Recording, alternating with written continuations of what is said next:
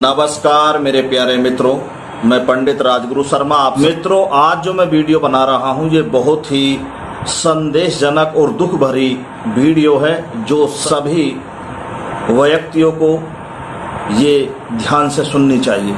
जो आज जो मैं बात आप लोगों के बीच लेकर आएंगे बहुत ही महत्वपूर्ण है और सभी के लिए है।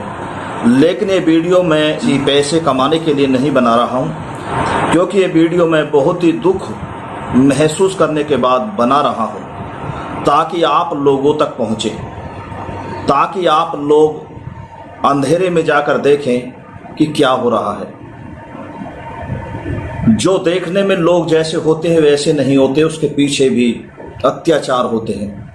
लेकिन सबसे खास बात यह है कि ये जो वीडियो मैं बना रहा हूं, ये संदेश जो मैं दे रहा हूं, ये उनके लिए दे रहा हूं जो व्यक्ति जीवन में दूसरी शादी करते हैं। यानी जो पुरुष पत्नी मर जाने के बाद, पहली पत्नी मर जाने के बाद, उसकी मृत्यु हो जाने के बाद, उसको शांत हो जाने के बाद जब दूसरी शादी करता है तो उससे जीवन में क्या क्या परेशानी आती है।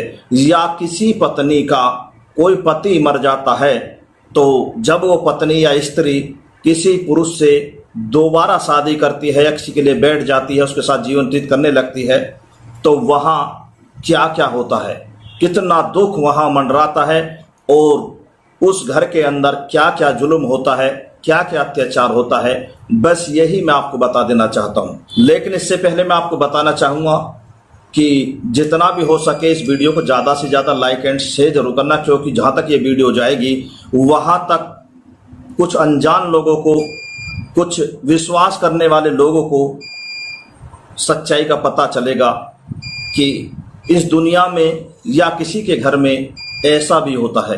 मेरा कहने का मतलब यह है कि मैं फेसबुक पर बहुत सारी मैंने ऐसी वीडियो देखी हैं, बहुत ज़्यादा ऐसी दर्दनाक भयानक वीडियो मेरे सामने आई है, जिन्हें देखकर मेरा दिल दुख से भर आया है।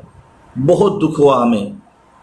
फिर हमने सोचा कि हम एक वीडियो के माध्यम से कुछ लोगों को संदेश दें और सच्चाई का सामना कराएं, ताकि उन मासूम बच्चों का भविष्य खराब ना हो, उन मासूम बच्चों पर होने वाला अत्याचार सबको पता चले, उस अत्याचार से उन मासूमों को बचाया जा सके जिसे हम देखते नहीं हैं, जिसे हम महसूस नहीं करते हैं। मैंने कई वीडियो ऐसी देखी हैं फेसबुक पर, नेट पर, व्हाट्सएप पर, बहुत सारी जगह, जैसे कि एक सरकारी नौकर रहता है, उसकी शादी हो जाती है तो उसके एक बच्चा होता है, जो बच्चा होने के बाद उसकी पत्नी की मृत्यु हो जाती है वही मौके पर, बच्चे को जब जन्म देती है, तो वो 6 महीने के बाद वो दूसरी शादी कर लेता है पुरुष।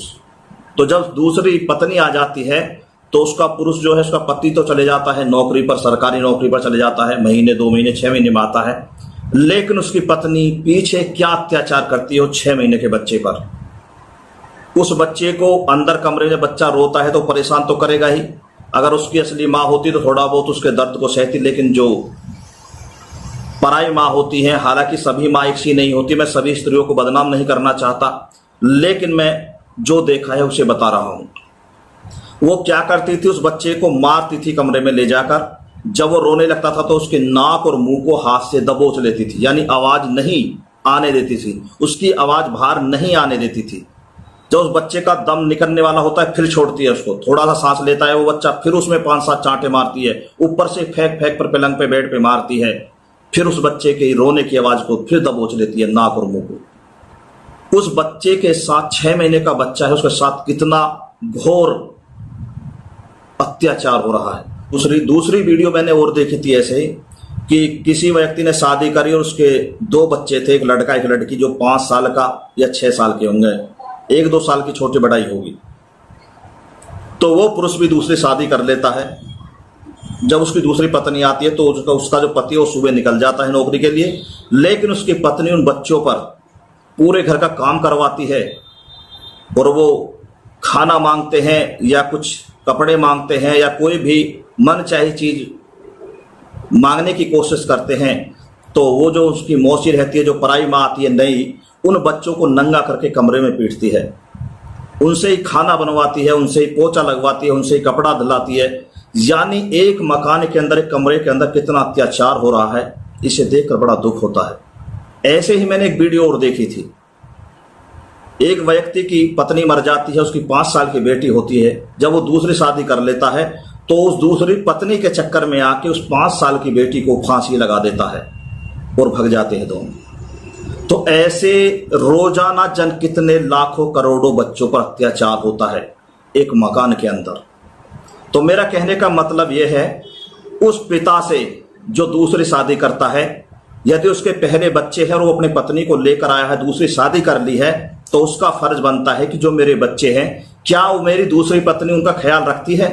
क्या उनको खाना टाइम से देती है? क्या उनको टाइम से स्कूल भेजती है? क्या उनको टाइम से कपड़े धोकर देती है? क्या उनकी सेफ्टी रखती है? नहीं। उस पिता को उन बच्चों के साथ सुबह जब जाए काम पर, तब उनसे मिलकर जाना चाहिए, उनसे पूछ कर जाना चाहिए, उनको समझा कर जाना चाहिए, या शाम को आकर उनके साथ आधा घंटा, 1 घंटा, 2 घंटा, जितना भी टाइम मिले उनके साथ बिताना चाहिए। उनसे पूछना चाहिए कि तुम्हें कोई दिक्कत, तुम्हें परेशानी तो नहीं है, क्योंकि उसका विश्वास नहीं है कि वो उनके साथ क्या अत्याचार कर रही। क्योंकि जो पराई माँ होती है, उन बच्चों के अंदर इतना डर बांट देती है कि वो बच्चे अपने पिता से भी नहीं कह पाते हैं, क्योंकि पिता तो ड्यूटी चले जाता है, या बहुत से पिता कई महीने में, साल में आते हैं, तो उन पर क्या बीतती है। तो मेरा कहने का मतलब यह है, यदि कोई रिश्तेदार है, चाचा है, भाई है, ताई है, फूफा फूफी जो भी है, यदि पति घर पर नहीं है, तो उनका फर्ज बनता है कि उन बच्चों के साथ क्या हो रहा है, जरूर एक बार पूछे उनका हाल, बिल्कुल भी इग्नोर ना करें इस बात को। मैं तो पड़ोसियों से भी कहता हूं कि तुम्हारे नजदीक में कोई पड़ोसी ऐसा है जिसने दूसरी शादी करी हो, या किसी स्त्री ने किसी दूसरे पति के साथ शादी करी हो, उनके बच्चे पहले से है, क्या वो सही तरीका से रह रहे हैं? क्या उनके साथ अत्याचार तो नहीं हो रहा है? क्या उनके साथ कोई खिलवाड़ तो नहीं हो रहा है? क्या उनके अंदर, घर के अंदर बहुत बुरा तो नहीं हो रहा है? इतना पूछ लेना चाहिए। अगर किसी के साथ ऐसा अत्याचार हो रहा है तो उसे समाज में लाइए, कानूनी कार्रवाई कीजिए, उसके साथ सख्ताई बरतिए, तब जाके उन बच्चों का भविष्य बच सकता है। क्योंकि जहां बच्चों को डरा कर रखा जाता है, जहां बच्चों पर अत्याचार किया जाता है, वहां वो बच्चे कभी जीवन में पनपते नहीं हैं, कभी जीवन में सफल नहीं होते। वो हमेशा डरे डरे रहते और उनका भविष्य, उनका जीवन नर्क बन जाता है। उनका जीना और ना जीना बराबर हो जाता है। यदि कोई पत्नी किसी पराये पुरुष से शादी करती है, उसके पहले बच्चे हैं, तो उसको भी देखना चाहिए कि तुम्हारा जो पिता है, ये जो दूसरा मैंने पिता बनाया है या शादी करी इस व्यक्ति के साथ, कहीं ये आपके साथ कोई गलत अन्याय तो नहीं कर रहा है। क्योंकि कभी कभी ऐसा होता है, जो औरत विधवा हो जाती है या डिवोर्स देती है या घर छोड़कर चली जाती है, बच्चों को लेकर, उन पर लड़का हो या लड़की होती है, तो जब वो दूसरे व्यक्ति से शादी कर लेते, क्योंकि बहुत से ऐसी औरतों को लोग फंसा लेते हैं और शादी करने के बाद घर में रखते हैं, उस पर भी अत्याचार करते हैं। पीछे सबसे बड़ी बात होती है बेटी। यदि किसी की बेटी है तो वहां तो जरूर पूछना चाहिए कि ये जो पिता है, ये आपको आगे पीछे कुछ कहता तो नहीं है, कुछ अत्याचार तो नहीं करता है, कुछ बुरा भला तो नहीं बोलता है, तुमसे प्यार करता है या नहीं करता है, एक बाप का दर्जा देता है नहीं देता है। तो कुल मिलाकर मेरा ये मतलब है, इस वीडियो का बनाने का जो मेरा तात्पर्य है वो यही है कि जिन व्यक्तियों ने दूसरी शादी करी है और उनके पहले बच्चे हैं, चाहे वो स्त्री या पुरुष है, उनका ख्याल इतना जरूर रखें जितना मैं आपको बता रहा हूं। उनसे समय समय पर या दिन में 1-2 बार जरूर पूछें कि आपके साथ कोई गलत तो नहीं हो रहा है।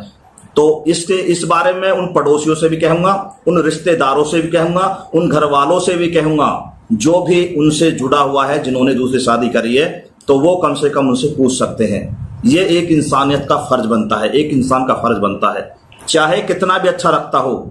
मेरे प्यारे साथियों, मेरी माता और मेरी बहनों, मेरा आप सभी से यही हाथ जोड़कर निवेदन है कि मैं ऐसी वीडियो को देखकर बहुत ही भावुक हो गया हूं, बहुत ही दुखित हो गया हूं और मैंने बहुत ज्यादा दुख महसूस किया है। इसलिए ये वीडियो बनाकर मैं आप लोगों को पेश कर रहा हूं।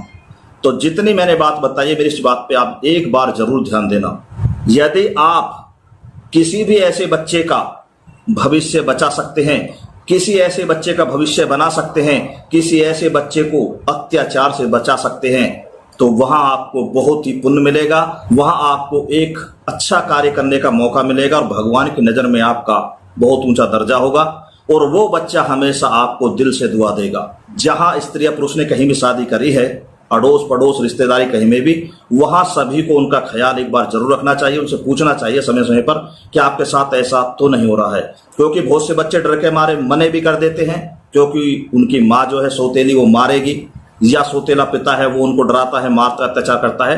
तो मिलते रहिए, उन बच्चों को समझाते रहिए, उनसे पूछते रहिए। यदि बच्चा एक बार नहीं बताएगा, दोबारा में बताएगा, तिबारा में आपको जरूर बता देगा।